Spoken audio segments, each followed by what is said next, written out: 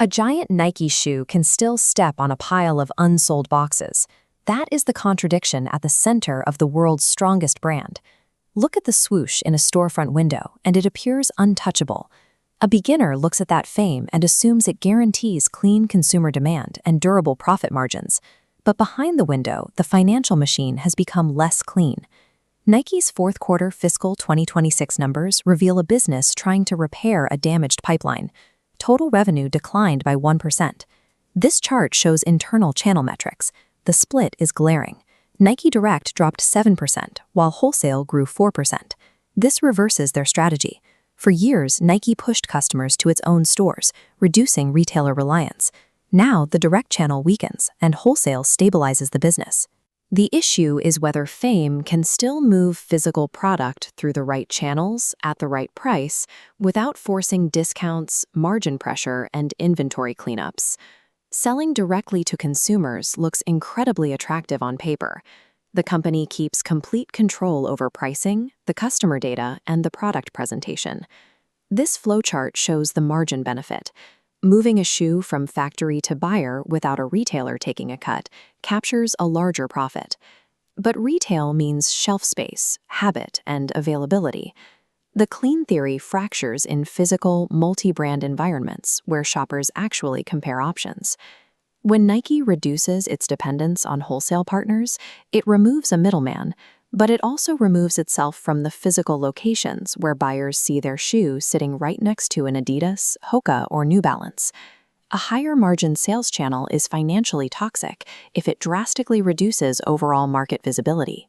Protecting theoretical margins per unit fails if the product sits longer in a company-controlled channel while total sales velocity slows down. Nike's former strategy emphasized selling through its own apps and websites, while relying less on major retail partners like Foot Locker and Macy's. That retreat created a physical vacuum. It weakened retail relationships and opened up prime shelf space, allowing aggressive competitors like Hoka and On to step in and capture consumer attention. The financial penalty for that lost momentum shows up directly on the balance sheet. Nike reported $7.5 billion in flat inventory at the end of May 2026. Inventory quantity is one signal, but inventory quality is the harder metric. It tells you whether that stock is fresh, scarce, and aligned with demand, or if it is old and misplaced. Holding low-quality, overproduced inventory forces the company into aggressive markdowns. It dilutes the premium image of the brand and ties up working capital. Every box in a warehouse represents cash already spent on manufacturing and freight. Inventory is capital trapped in physical form, waiting for a broken distribution pipeline to clear.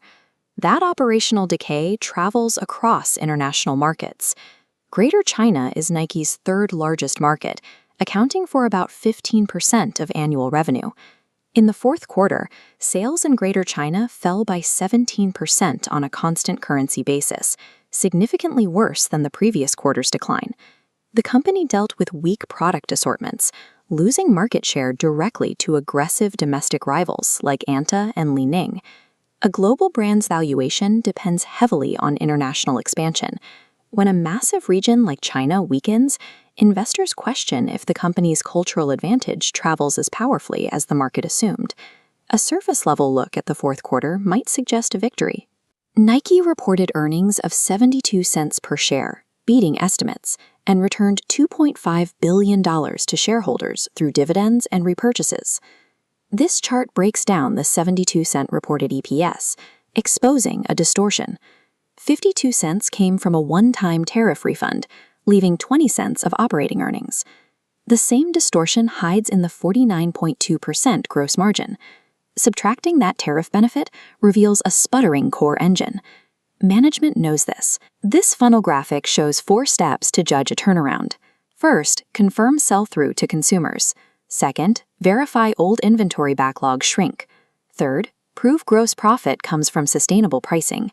Fourth, look for regional recovery, validating global growth in places like China. Brand equity is stored energy. It has immense value, but only converts to revenue through proper channels, product heat, pricing, and availability. The logo alone cannot protect margins. Nike still has to prove whether the swoosh commands the physical shelf or merely occupies it.